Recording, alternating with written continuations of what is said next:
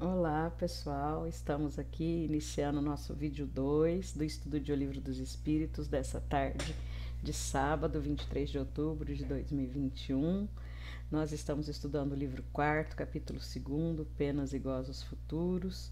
Estamos no item 3, Intervenção de Deus nas Penas e Recompensas. Vamos para a questão 964. Deus tem necessidade de se ocupar de cada um dos nossos atos para nos recompensar ou nos punir? A maioria desses atos não são para ele insignificantes? Prestem atenção porque a gente já estava discutindo isso no primeiro vídeo, tá? Deus tem as suas leis que regulam todas as vossas ações. Se as violardes, a culpa é vossa. Sem dúvida, quando o homem comete um excesso, Deus não estende um julgamento dizendo-lhe, por exemplo, tu és um glutão, eu vou te punir. Mas ele traçou um limite. As doenças e por vezes a morte são consequências dos excessos. Eis a punição. Ela resulta da infração da lei. Assim se passa em tudo. Vou ler um pedacinho aqui desse comentário. Todas as nossas ações são submetidas às leis de Deus. Não há nenhuma delas, por mais insignificante que nos pareça, que não possa ser uma violação dessas leis. Se sofremos as consequências dessa violação, não devemos queixar senão de nós mesmos, que nos fazemos assim os artífices de nossa felicidade ou de nossa infelicidade futura.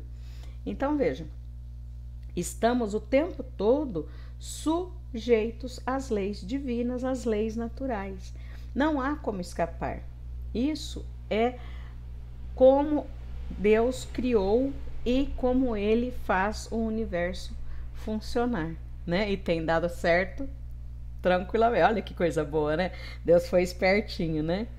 Então, eu preciso tomar conta dos meus atos, dos meus pensamentos, das minhas ações, para que eles estejam sempre de acordo, em consonância com a lei divina, para que eu possa, então, ter boas consequências, né? Porque quando a gente pensa em consequência, a gente pensa em consequência sempre ruim, né? Ah, então, né? Aconteceu isso. Olha a consequência disso agora. Agora, as consequências podem ser sempre muito boas, né? Olha só, a pessoa se esforçou, né? Treinou muito e olha a consequência, né? Conseguiu atingir o objetivo dela. Foi uma excelente consequência, né? Então, nós temos sempre uma consequência, seja ela boa ou ruim. E nesse comentário aqui, ele fala de um pai que dá ao filho todas as ferramentas, inclusive as terras, para cultivar. E fala assim, ó, tem a regra aqui para você seguir, todos os instrumentos para você tornar esse campo fértil.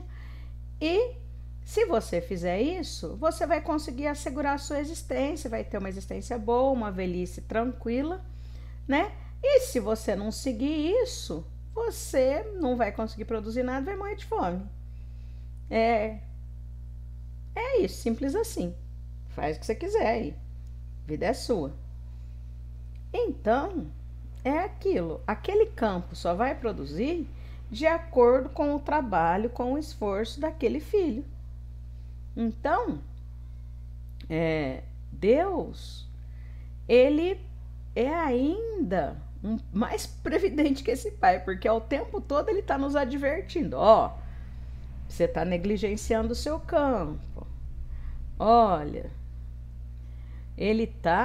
você pode fazer diferente. Nós temos sempre aqueles espíritos ali nos ajudando, nos dando aquelas, né, aquelas diquinhas, né? A gente de vez em quando toma aquele sustinho, né? Ó, que é para dar aquela alertada. Então, mais do que esse pai aí, Deus, além de nos dar as ferramentas necessárias, nos dar as regras, nos colocar num campo e nos pedir para trabalhar, ele ainda de vez em quando vem e dá um toquezinho na gente, ó. Vamos lá, acorda que não tá muito bom esse negócio não, né? Vamos caminhar, tá?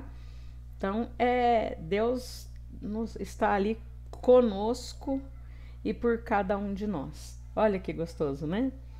Então vamos lá, item 4, natureza das penas e gozos futuros. As penas e os gozos da alma após a morte têm alguma coisa de material? Acho que essa pergunta é bem tranquila, né? Não podem ser materiais, desde que a alma não é de matéria. Não tem jeito de falar, como que eu vou arder no mármore do inferno, né? Como que eu vou queimar? Não dá para ser material, né? Então, as penas e os gozos não tem nada de carnal, né? Então, são mais... Os espíritos, eles têm outras formas de essas penas e esses gozos acontecem de uma forma muito diferente do que a gente... do que o senso comum nos coloca, né? A matéria, ela não vai estar mais enfraquecendo as sensações. Então, o espírito fica muito mais suscetível às impressões, né? A gente fica muito mais vivos, né? Mais do que quando nós estamos encarnados. Questão 966. Por que o homem faz ideias tão grosseiras e tão absurdas das penas e dos gozos da vida futura? Inteligência ainda não suficientemente desenvolvida. A criança compreende da mesma maneira que o adulto? E aí ele coloca uma outra coisa. Aliás, isso depende também do que se lhe tem ensinado. É nesse ponto que há necessidade de uma reforma. Vossa linguagem é muito imperfeita para exprimir o que existe além do vosso alcance. Por isso foi necessário fazer comparações, sendo essas imagens e figuras tomadas como a própria realidade. Mas à medida que o homem se esclarece, seu pensamento compreende as coisas que a sua linguagem não pôde traduzir. Então veja, como é que a gente vai entender coisas que a gente não tem nem palavras para explicar?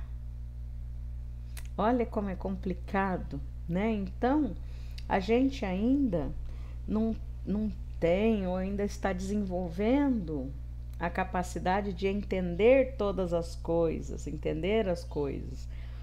E foi nos explicado da forma que pudéssemos entender com mais clareza, né? Da mesma forma que ensinamos para a criança aquilo que ela ainda não tem capacidade de entender de forma mais adequada.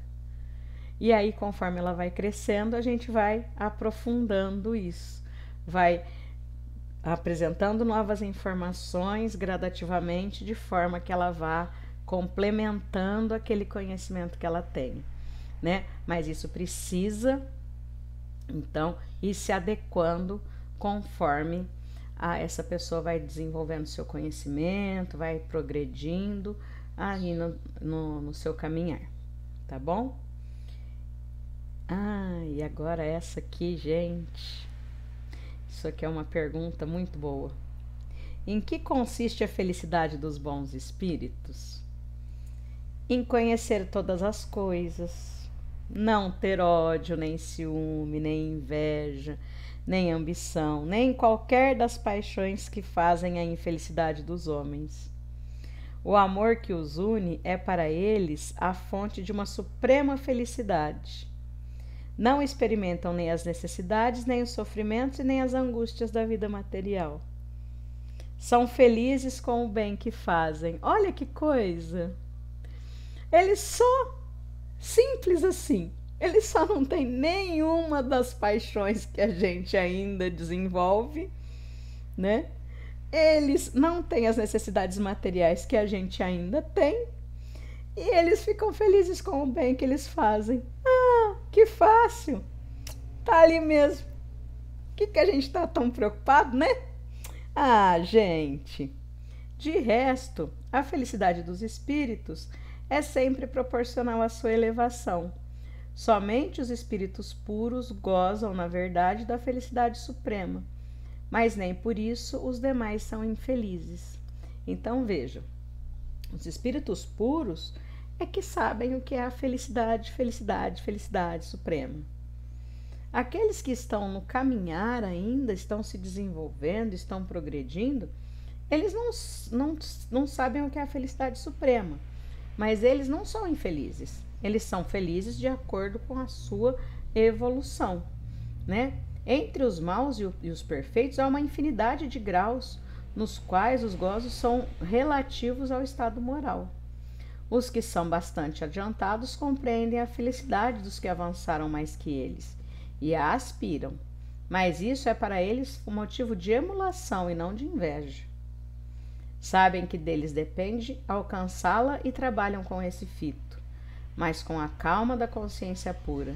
Sentem-se felizes de não ter de sofrer o que sofrem os maus. Então veja, em que consiste a felicidade dos bons espíritos, gente? Olha, gente, olha que sonho, né? Vou chegar lá, a gente chega lá. Na capacidade de entender que eu posso ser perfeito, eu serei tão perfeito quanto todos os outros, que basta eu querer caminhar. E os espíritos perfeitos, puros, o que lhes causa felicidade?